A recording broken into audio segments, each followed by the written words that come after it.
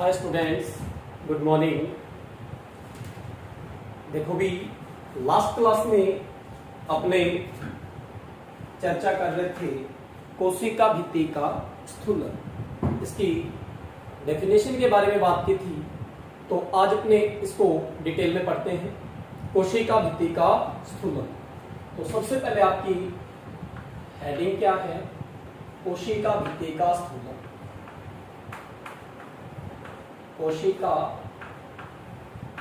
भित्ति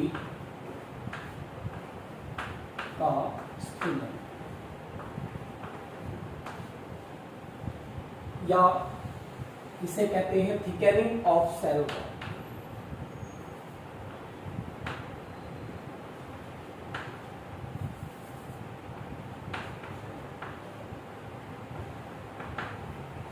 thickening of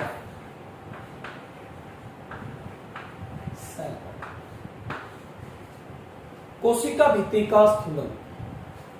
अपने चर्चा कर रहे थे कि स्थूलन की। स्थूलन का सामान्य अर्थ देखें, स्थूल। क्या भी? स्थूल। स्थूल का मतलब क्या हो गया अभी? वृहद या मोटा। स्थूल का अर्थ क्या हो गया? वृहद या मोटा।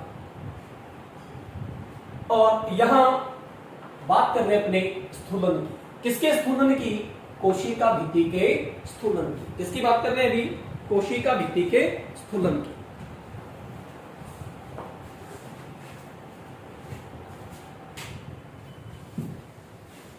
तो यहां कोशिका भित्ति के स्थूलन से अपना आशय क्या है कि कोशिका भित्ति जो है इसकी मोटाई में वृद्धि। इसकी मोटाई में वृद्धि।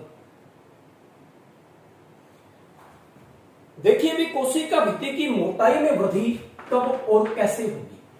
सबसे पहले तो क्या है कि जब कोशिका अपना आकार और परिमाप प्राप्त कर लेती है।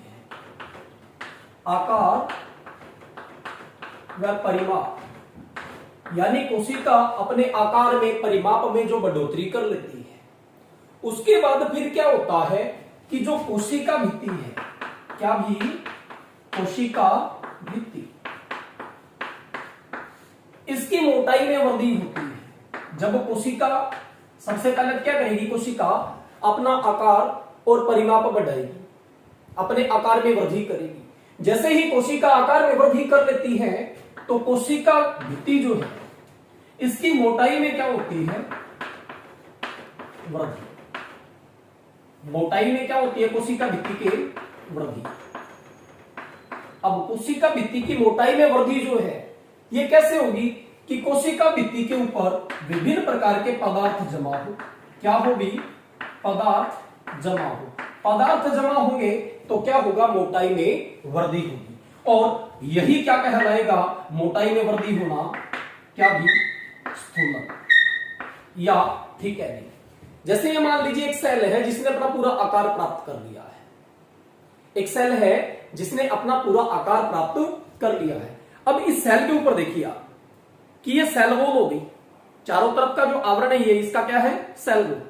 अब इसकी मोटाई में वृद्धि होगी तो कैसे होगी कि इसके ऊपर अपने कुछ लेयर और चढ़ा दे, कुछ पदार्थ जो हैं उनका लेपन कर दे, इसके ऊपर कुछ पदार्थों का इसके ऊपर लेपन कर दे या पदार्थों का जमाव करवा दे तो क्या होगा? इसकी मोटाई पहले की तुलना में बढ़ जाएगी। तो यही क्या हुआ? इस चौक का स्थूलन हुआ। और इस चौक को अपने क्या माना है? कोशिका। तो इसके ऊपर यदि विभिन्न पदार्थों का क्या हो जाए? जमाव हो जाए, तो इसी जमाव के कारण कोशिका भित्ति की जो मोटाई में वृद्धि हो रही है वही क्या कहलाती है? भी स्थूलन कहलाती है। क्या कहलाती है? स्थूलन। आपने कोशिका भित्ति के निर्माण में देखा है कि सबसे पहले क्या बनती है? Middle lamella. क्या बनती है भी? मिडल लैमेला बनती है। जैसे ही मिडल लैमेला बन जाती है, क्या बन जाती है? Middle lamella. मिडल लैमेला के ऊपर प्राथमिक कोशिका भित्ति का निक्षेपण होता है। इसका भी प्राथमिक कोशिका भित्ति। अब ये प्राथमिक कोशिका भित्ति जैसे ही बन गई, इस प्राथमिक कोशिका भित्ति के ऊपर लिग्निन सुबेरिन। अब प्राथमिक कोशिका भित्ति में आप जानते हैं सेल्यूलोज की बनी होती है। अब ये जो प्राथमिक कोशिका भित्ति है इसके ऊपर क्या हो जाएगी? लिग्निन है, सुबेरिन है आदि पदार्थों का जमा हो जाए। इसका भी लिग्निन, सुबेरिन आदि पदार्थों का, मतलब प्राथमिक भित्ति के ऊपर द्वितीयक भित्ति के रूप में जब किसका भी लिग्निन या फिर सुबेरिन, लिग्निन या सुबेरिन पदार्थों का जमाव हो जाता है, तो यही क्या है भी कोशिका भित्ति का स्थूलन। क्या होता है भी कोशिका भित्ति का स्थूलन।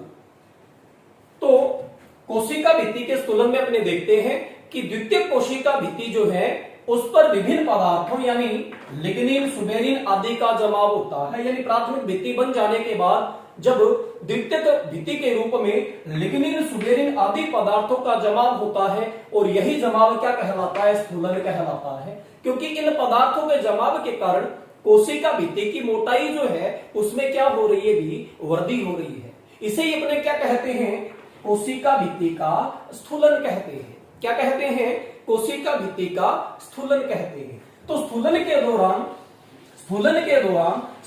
दौरान जो पदार्थ जमा होते हैं वो कौन से हैं भी, lignin suberin, lignin suberin, lignin suberin. अब इन्हीं पदार्थों के जमाव के आधार पर कोशिकाएं जो है वो अलग अलग प्रकार की है। पेरेनकाइमेटस कोशिकाएं हैं, वाहिनिकाओं आदि की कोशिकाएं हैं। तो इनमें डिफरेंस क्या होता है भी, भिन्न भिन्न प्रकार की जो कोशिकाएं हैं उनमें इनके जमाव का ही, यानी मृदुत्तक की कोशिकाएं होगी, दृढ़ोत्तक कोशिकाएं होगी, स्थूल कोणोत्तक कोशिकाएं होगी। तो ये विभिन्न प्रकार की जो कोशिकाएं हैं इनमें जो चेंज होता है वो इन स्थूलन के कारण ही होता है। अब देखिए भी द्वितीय कोशिका भित्ति का जब निर्माण होता है तब यदि लिग्निन का जमाव हो, किसका जमाव हो भी, लिग्निन का जमाव हो, तो क्या बनेगा, कास्ट बनेगा। क्या बनेगा, कास्ट। आप देखते हैं पादपों के अंदर काष्ठीय भाग, क्या देखते हैं भी, काष्ठीय भाग। तो जब द्वितीयक भित्ति के रूप में या स्थूलन के दौरान किसका जमाव हो, लिग्निन का, तो क्या बनेगा भी, कास्ट बनेगा। क्या बनेगा, कास्ट। और यदि सुबेरिन का जमाव हो तो क्या बनेगा, कोरक। क्या बनेगा भी, कोरक। अगर लिग्निन का जमाव हो तो क्या बनेगा, कास्ट बनेगा, और सुबेरिन का जमाव हो तो क्या बनेगा, कोरक बनेगा। कोरक की बात अपने पादपों की, पादपों के जो विभिन्न भाग है, जड़, तना, पत्तियां हैं, तने की जब आंतरिक संरचना पढ़ेंगे अपनी, तो उस दौरान अपने कोरक है इसके ऊपर, कास्ट के ऊपर विस्तृत चर्चा करने वाले। अभी अपने को यह ध्यान रखना है कि जब लिग्निन का जमाव हो तो क्या बनेगी, कास्ट। जब द्वितीय कोशिका भित्ति के रूप में किसका जमाव हो भी, लिग्निन का जमाव हो तो क्या बनेगी, कास्ट बनेगी, और सुबेरिन का जमाव हो तो क्या बनेगा, कोरक बनेगा। क्या बनेगा, कोरक बनेगा। यह भी कोशिका भित्ति का स्थूलन। अब लिग्निन सुबेरिन जो है, लिग्निन है, सुबेरिन है, इनका जमाव जो होता है कोशिका भित्ति के ऊपर वो किस प्रकार से होता है, कोशिका भित्ति के ऊपर इन पदार्थों का जो जमाव होता है वो किस प्रकार से होता है। कहने का मतलब यह है कि जब ये पदार्थ जमा होते हैं तो किस आकृति में या किस प्रकार के रूप में जमा होते हैं। तो अब देखते हैं अपने स्थूलन के प्रकार। इसके प्रकार भी स्थूलन के प्रकार। सामान्यतः जाइलम की वाहिनिका है, वाहिकाएं हैं। जाइलम उत्तक जो है इसके बारे में भी अपने पादप उत्तक पढ़ेंगे, तब पढ़ेंगे। तो जाइलम जो है इसके अंदर वाहिनिका और वाहिकाएं जो जल परिवहन का कार्य करती हैं, उनकी भित्तियों पर विभिन्न प्रकार के स्थूलन पाए जाते हैं। और ये विभिन्न प्रकार के जो स्थूलन हैं उन्हीं की अपने चर्चा करने वाले हैं कि कोशिका भित्ति में जो स्थूलन होता है उसके प्रकार क्या है, स्थूलन के प्रकार क्या है। तो कोशिका भित्ति के स्थूलन में तो आप ये लिख दें कि जब कोशिका भित्ति पर विभिन्न पदार्थों जैसे लिग्निन, सुबेरिन आदि के जमाव से कोशिका भित्ति की मोटाई में वृद्धि होती है तो इसे क्या कहते हैं, कोशिका भित्ति का स्थूलन। क्या कहते हैं, कोशिका भित्ति का स्थूलन। अब आप हेडिंग डालें स्थूलन के प्रकार, स्थूलन के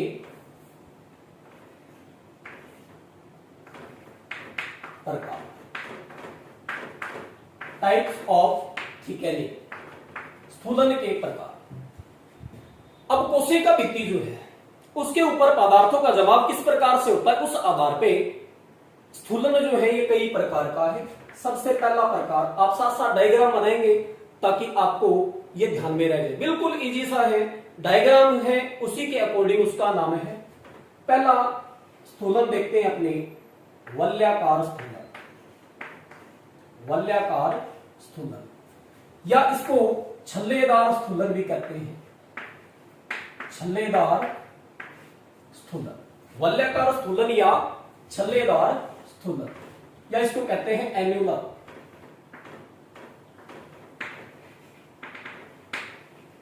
एन्युलर, ठीक है नहीं। क्या होता है वलयाकार स्थूलन या छल्लेदार स्थूलन? अपने मानते हैं कि ये अपने पास एक कोशिका है। क्या है भी? एक कोशिका है। जैसे मान ले अपने वाहिनिका है या वाहिका है, किसकी? जाइलम की। ये कोशिका है, ये कोशिका की कोशिका भित्ति है। जैसे ये कोशिका है, ये कोशिका भित्ति, इसी को मैंने बड़ा करके यहां दिखाया है।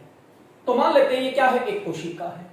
अब इस कोशिका के ऊपर लिग्निन सुबेरिन आदि पदार्थों का जमाव किसके रूप में होगी? वल्यों के रूप में हो। किसके रूप में? वल्यों या छल्लों के रूप में। इस तरह से ये वल्य के रूप में इसका जमाव हो गया। कोशिका भित्ति पर स्थान स्थान पर लिग्निन और सुबेरिन का जमाव जब किसके रूप में होगी? वल्यों के रूप में हो, तो इसे वलयाकार स्थूलन या छल्लेदार स्थूलन कहते हैं। देखिए कोशिका के चारों ओर, ये कोशिका है, इसके चारों ओर क्या है? पदार्थों का जमाव किसके रूप में हो रहा है? गोल घेरों के रूप में या वल्यों के रूप में या रिंग के रूप में, जिसे क्या कहते हैं? वलयाकार स्थूलन। क्या कहते हैं? वलयाकार स्थूलन। तो पदार्थों का जमाव, अब पदार्थ कौन से जमा होते हैं यहाँ पे? या तो क्या होता है भी?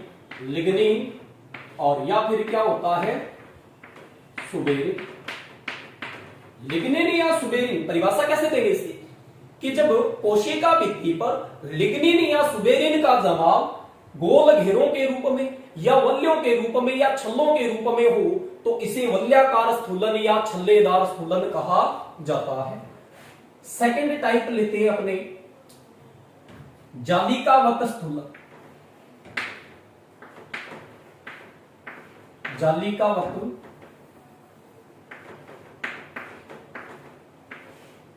स्थूलन। जालिकावत स्थूलन क्या है? जालिकावत स्थूलन को अपने जाल रूपी स्थूलन भी कह सकते हैं। वैसे ये एक कोशिका मान लेंगे अपने, ये अपने पास क्या है? एक कोशिका है। अपने पास क्या है? एक कोशिका है। इस कोशिका के ऊपर जब विभिन्न पदार्थों का जमाव, जैसे ये पदार्थ है, ये जमा हो गए, जब पदार्थों का जमाव किसके रूप में हो भी? जाल के रूप में हो। किसके रूप में हो? एक जाल के रूप में हो, तो इसे क्या कहेंगे? जालिकावत स्थूलन। क्या कहेंगे? जालिकावत स्थूलन।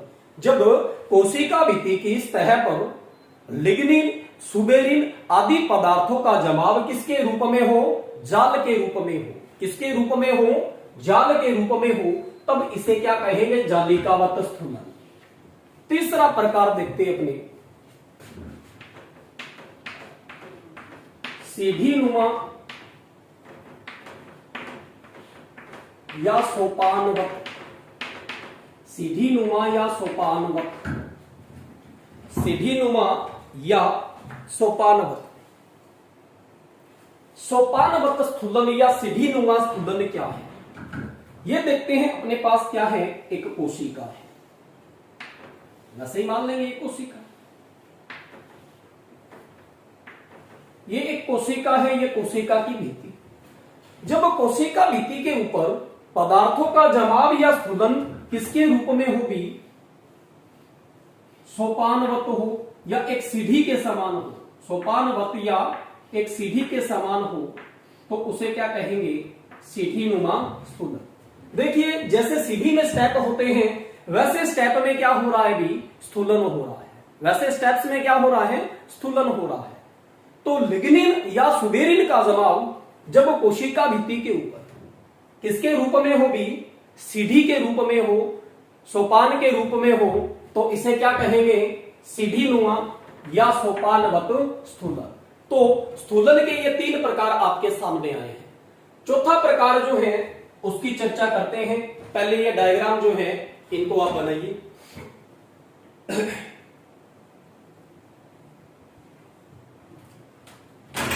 चौथा प्रकार देखते हैं अपने सर्पिलाकार स्थूलन। सर्पिलाकार स्थूलन या स्पाइरल थिकनिंग। सर्पिलाकार स्थूलन चौथा प्रकार है। सर्पिलाकार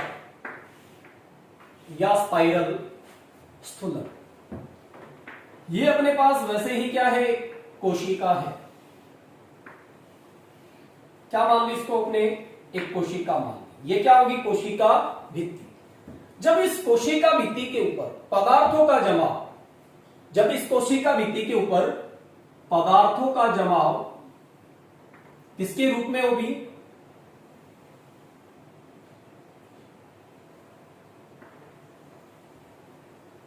सर्पिलाकार रूप में हो।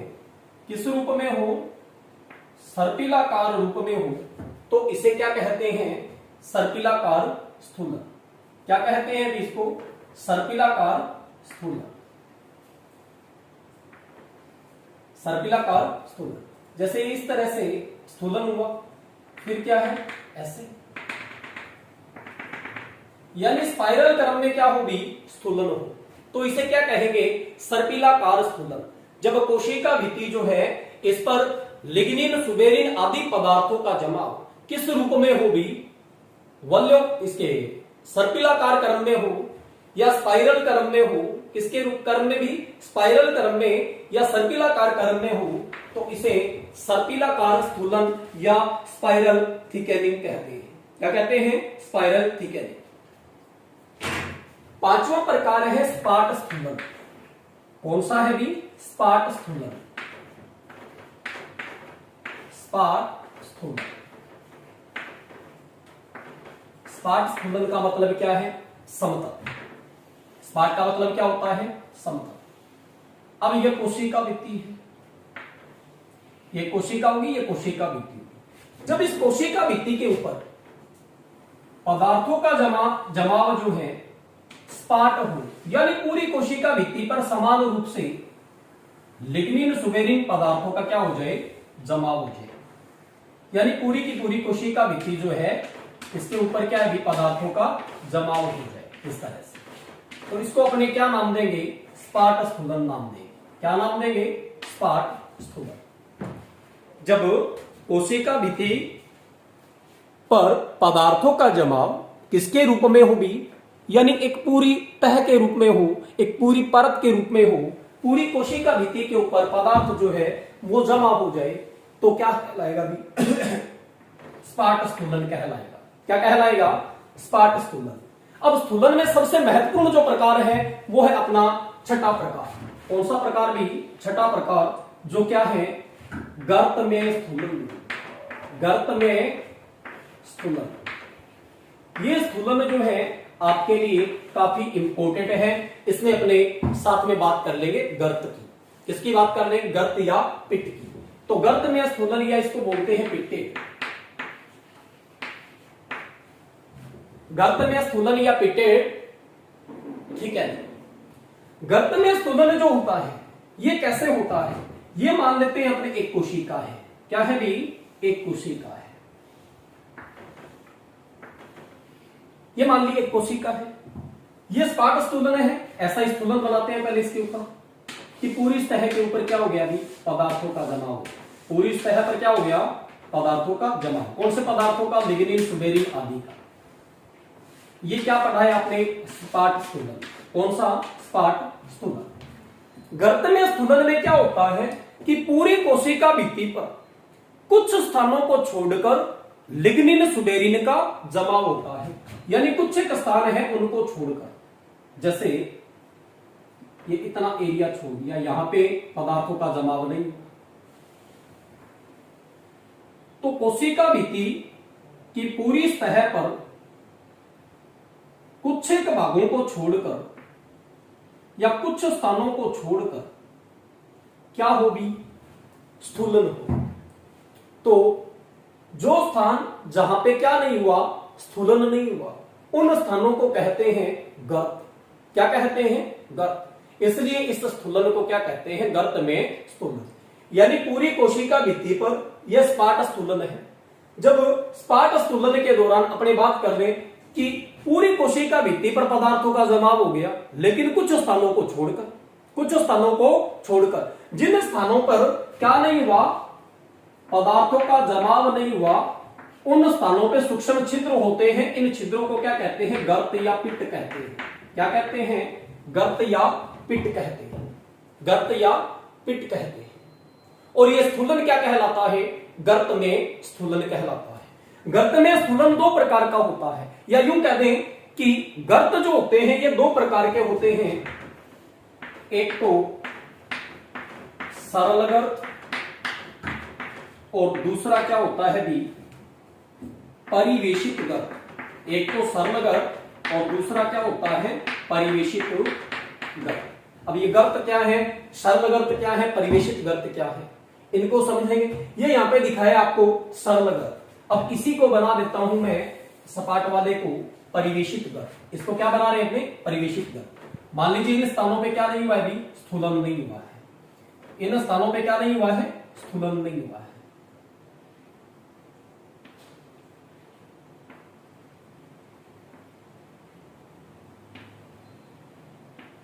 इसमें देखिए आपको दो लेयर दिखाई दे रही है, जिसमें गर्त छिद्र का परिवेश है, बॉर्डर बना हुआ है, जिसकी बात अपने आगे करने वाले हैं अभी। ये गर्त जो है ये कौन सा है? परिवेशित गर्त। और ये क्या हो गया? सरल गर्त। इस गर्त को क्या कह देंगे? सरल गर्त। और ये क्या हो जाएगा? परिवेशित गर्त।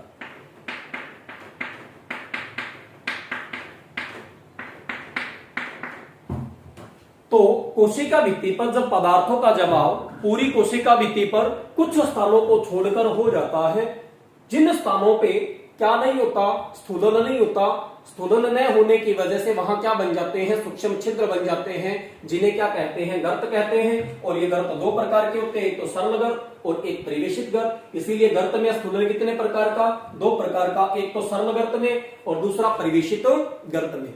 अब सरल गर्त और परिवेशित गर्त जो है ये आपके लिए काफी इंपोर्टेंट है, यहां से प्रश्न पूछे जाते हैं।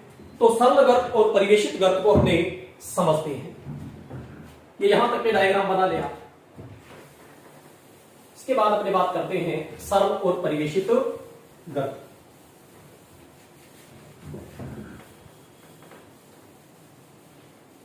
ये सरल गर्त है और ये क्या है? परिवेशित गर्त है। पहले सरल गर्त की बात करते हैं। सरल गर्त की बात करते हैं।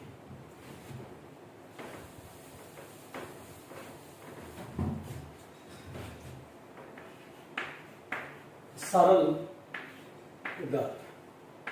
गर्त में स्थूलन के अंदर ही गर्त के प्रकार कर रहे हैं हमने। सरल गर्त क्या इसको बोलते हैं?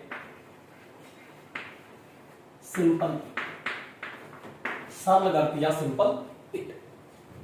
अब देखिए आपने प्लाज्मोडेस्माटा पढ़ा था। क्या पढ़ा था? प्लाज्मोडेस्माटा। उसमें देखा था कि आसन स्थित कोशिकाओं में कोशिका भित्ति पर कुछ स्थानों पर स्थूलन नहीं होता, कोशिका भित्तियों का निर्माण नहीं होता, जिससे वहां पे क्या बन जाते हैं? आसन कोशिकाओं में आमने सामने सूक्ष्म छिद्र बन जाते हैं, जिन्हें गर्त कहते हैं। और इन्हीं गर्तों में से इन आसन स्थित कोशिकाओं का जीव द्रव्य आपस में संबंधित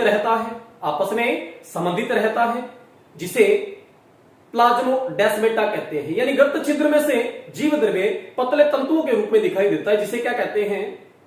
प्लाज्मोडेस्माटा। तो सरल गर्त में बात करते हैं। मान लीजिए ये अपने पास है मिडल लेमिला। क्या है भी? Middle lamella. क्या है ये? Middle lamella. एक सेल ये हो गई और एक सेल ये हो गई। एक सेल तो अपने पास ये है और एक ये है। इन दोनों को जोड़ने वाली जो परत है, कोशिका भित्ति की संरचना पढ़ी आपने, कौन सी होती है? मिडल लेमिला या मध्य पटलिका, जिसे सीमेंट स्तर के नाम से भी जानते हैं। अब मिडल लेमिला के ऊपर क्या पाई जाती है? प्राथमिक कोशिका भित्ति। ये प्राथमिक कोशिका भित्ति होगी।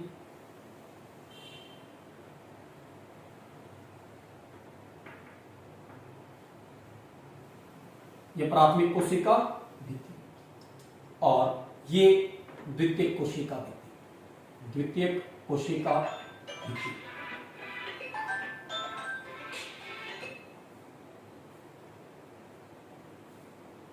प्राथमिक कोशिका भित्ति और ये क्या होगी भी, द्वितीयक कोशिका भित्ति।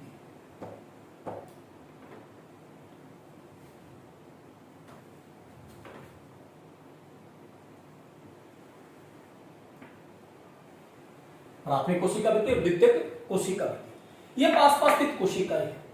जब क्या होता है कि कोशिका भित्ति पर कुछ स्थानों पर स्थूलन नहीं होता, बाकी सारे स्थानों पे क्या हो गया, अभी स्थूलन हो गया, बाकी सारे स्थानों पे क्या हो गया, स्थूलन हो गया, तो इसे क्या कहेंगे, गर्त में स्थूलन। यानी कुछ स्थानों पे स्थूलन नहीं हुआ है, जिन स्थानों पे स्थूलन नहीं हुआ है वहां पे क्या बन जाते हैं, सूक्ष्म छिद्र बन जाते हैं। क्या बन जाते हैं, सूक्ष्म छिद्र, जो आसन स्थित कोशिकाओं में आमने सामने होते हैं। यानी पास पास स्थित कोशिकाएं, एक कोशिका ये है, एक कोशिका ये है, दोनों में ये छिद्र क्या होते हैं, भी आमने सामने होते हैं। क्या होते हैं, आमने सामने। तो यहां जो ये छिद्र बना है, इसी छिद्र को क्या कहते हैं, गर्त कहते हैं। क्या कहते हैं, गर्त। जब ये गर्त छिद्र जो है, इसका व्यास क्या हो भी, समान हो। इसका व्यास देखें अपने पूरे गर्त छिद्र का कैसा है भी, समान है। कैसा है भी, व्यास समान है। व्यास कैसा है, समान है। और ये क्या कहलाएगा, सरल गर्त कहलाएगा। क्या कहलाएगा, सरल गर्त। और सरल गर्त में गर्त छिद्र के बीचों बीच केवल क्या पाई जाती है, मध्य पटलिका। क्या पाई जाती है भी, मध्य पटलिका। और इस मध्य पटलिका को क्या कहते हैं, गर्त कला या गर्त झिल्ली। क्या कहते हैं, गर्त कला या गर्त झिल्ली। और यहीं से होकर दोनों कोशिकाओं का जीवद्रव्य आपस में संबंधित रहता है और तंतुओं के रूप में दिखाई देता है, जिसे क्या कहते हैं, प्लाज्मोडेस्माटा। तो सरल गर्त क्या है कि जब कोशिका भित्ति के स्थूलन के दौरान कुछ स्थानों पर स्थूलन का अभाव होता है, जिन स्थानों पर स्थूलन का अभाव होता है वहां पर आसन स्थित कोशिकाओं में आमने सामने छिद्र पाए जाते हैं, जिन्हें क्या कहते हैं, गर्त कहते हैं।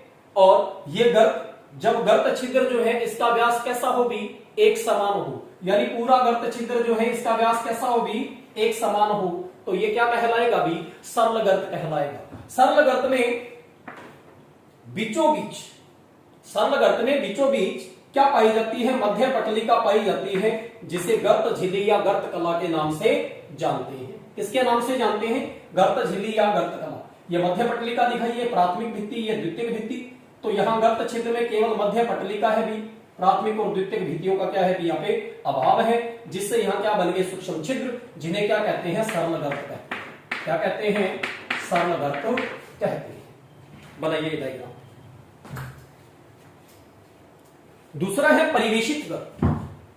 दूसरा क्या है भी, परिवेशित गर्त। दूसरा क्या है भी, परिवेशित गर्त। परिवेशित गर्त।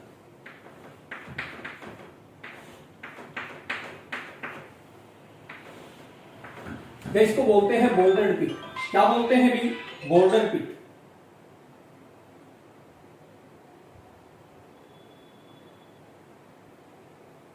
क्या बोलते हैं भी, बोल्डन पिट।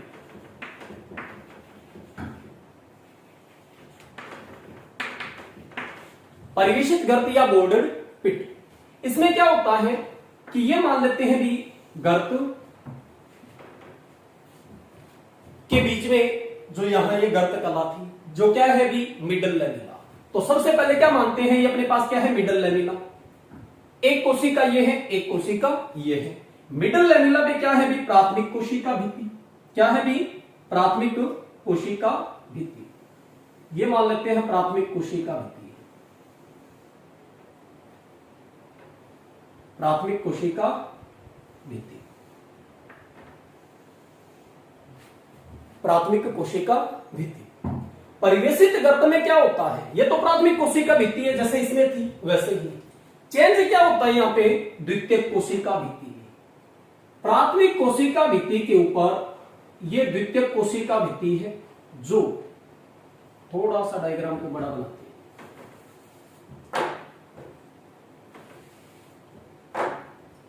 ये गर्त जो है इसको थोड़ा सा बड़ा बनाते हैं।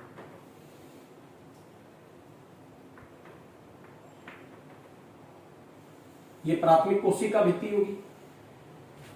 परिवेशित गर्त में क्या होता है, प्राथमिक कोशिका भित्ति के ऊपर द्वितीयक कोशिका भित्ति बोल्डर बनाती है या परिवेश बनाती है या एक मेहराब बनाती है, यानी इसको ढके रखती है, जिसे इस गर्त को क्या कहते हैं, परिवेशित गर्त। ये प्राथमिक कोशिका भित्ति तो होगी। द्वितीयक कोशिका भित्ति क्या करेगी, इस प्राथमिक कोशिका भित्ति के ऊपर क्या बनाएगी, एक गोल मेहराब बनाएगी। क्या बनाएगी, एक गोल मेहराब बनाएगी, एक बोर्डर बनाएगी। द्वितीय कोशिका भित्ति प्राथमिक कोशिका भित्ति के ऊपर क्या बनाएगी, एक गोल मेहराब बनाएगी या बोर्डर बनाएगी। इसीलिए इस गर्त को क्या कहते हैं, परिवेशित गर्त। यह प्राथमिक कोशिका भित्ति है। गर्त छिद्र पे क्या है कि जब गर्त छिद्र पर प्राथमिक कोशिका भित्ति पर द्वितीय कोशिका भित्ति क्या बनाए, परिवेश या बॉर्डर बनाए, तो इसे क्या कहते हैं, परिवेशित गर्त या बॉर्डर पिट। अब परिवेशित गर्त में देखिए, ये छिद्र जो है इसका व्यास समान नहीं है, इसका व्यास समान नहीं है। ये आंतरिक भाग हो गया छिद्र का, यहां से यहां तक का, और ये बाह्य, इसको बोल देंगे अपने आंतरिक छिद्र, इसको बोल देंगे बाह्य छिद्र। तो परिवेशित गर्त में क्या होता है, आंतरिक छिद्र जो होता है उसका व्यास बाह्य छिद्र के व्यास से क्या होता है, अधिक। ये तो हो गया बाह्य छिद्र का व्यास और ये हो गया आंतरिक छिद्र का व्यास। तो बाह्य छिद्र का व्यास आंतरिक छिद्र से क्या होता है भी अधिक। ये क्या है, बाह्य छिद्र, और ये क्या है, आंतरिक, ये आंतरिक छिद्र, और ये क्या है, बाह्य छिद्र। तो बाह्य छिद्र का व्यास आंतरिक छिद्र की तुलना में क्या है, कम है, या यूं कह दें कि आंतरिक छिद्र का व्यास बाह्य छिद्र की तुलना में क्या है, अधिक है। तो जब प्राथमिक कोशिका भित्ति पर या गर्त छिद्र पर द्वितीयक कोशिका भित्ति क्या बनाए, परिवेश या बॉर्डर बनाए, तो इसे परिवेशित गर्त या बोर्डेड पिट कहते हैं। सरल गर्त के समान बोर्डेड पिट जो है परिवेशित गर्त, इसमें भी गर्त छिद्र के बीचों बीच क्या पाई जाती है, केवल मिडल लेविला पाई जाती है, या पतले से स्तर के रूप में प्राथमिक कोशिका भित्ति, या तो अकेली मिडल लेविला या प्राथमिक कोशिका भित्ति जो है एक पतले से स्तर के रूप में पाई जाती है, जिसे क्या कह देंगे, अपने गर्त कला कह देंगे। क्या कह देंगे इसको, गर्त कला। अब जो ये गर्त कला है, इसके ऊपर, गर्त कला के ऊपर विभिन्न पदार्थों का जमाव हो जाता है, जिससे गर्त कला जो है ये बीच में से फूल कर क्या हो जाती है, भी मोटी हो जाती है। यहां पे पदार्थों का जमाव हो जाएगा। इस पे गर्त कला पर, परिवेशित गर्त में गर्त कला पर बीचों बीच विभिन्न पदार्थों का जमाव हो जाने से गर्त कला बीच में से फूल जाती है, और इस फूली हुई संरचना को कहते हैं टोरस। क्या कहते हैं भी, टोरस कहते हैं।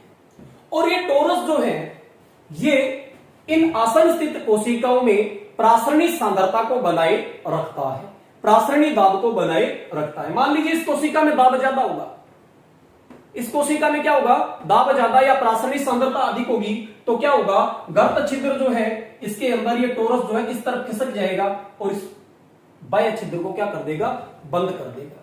तो ये छिद्र जो है इसके अंदर ये टोरस जो है इन दोनों कोशिकाओं के बीच पदार्थों के आदान प्रदान का क्या करता है, नियंत्रण करता है।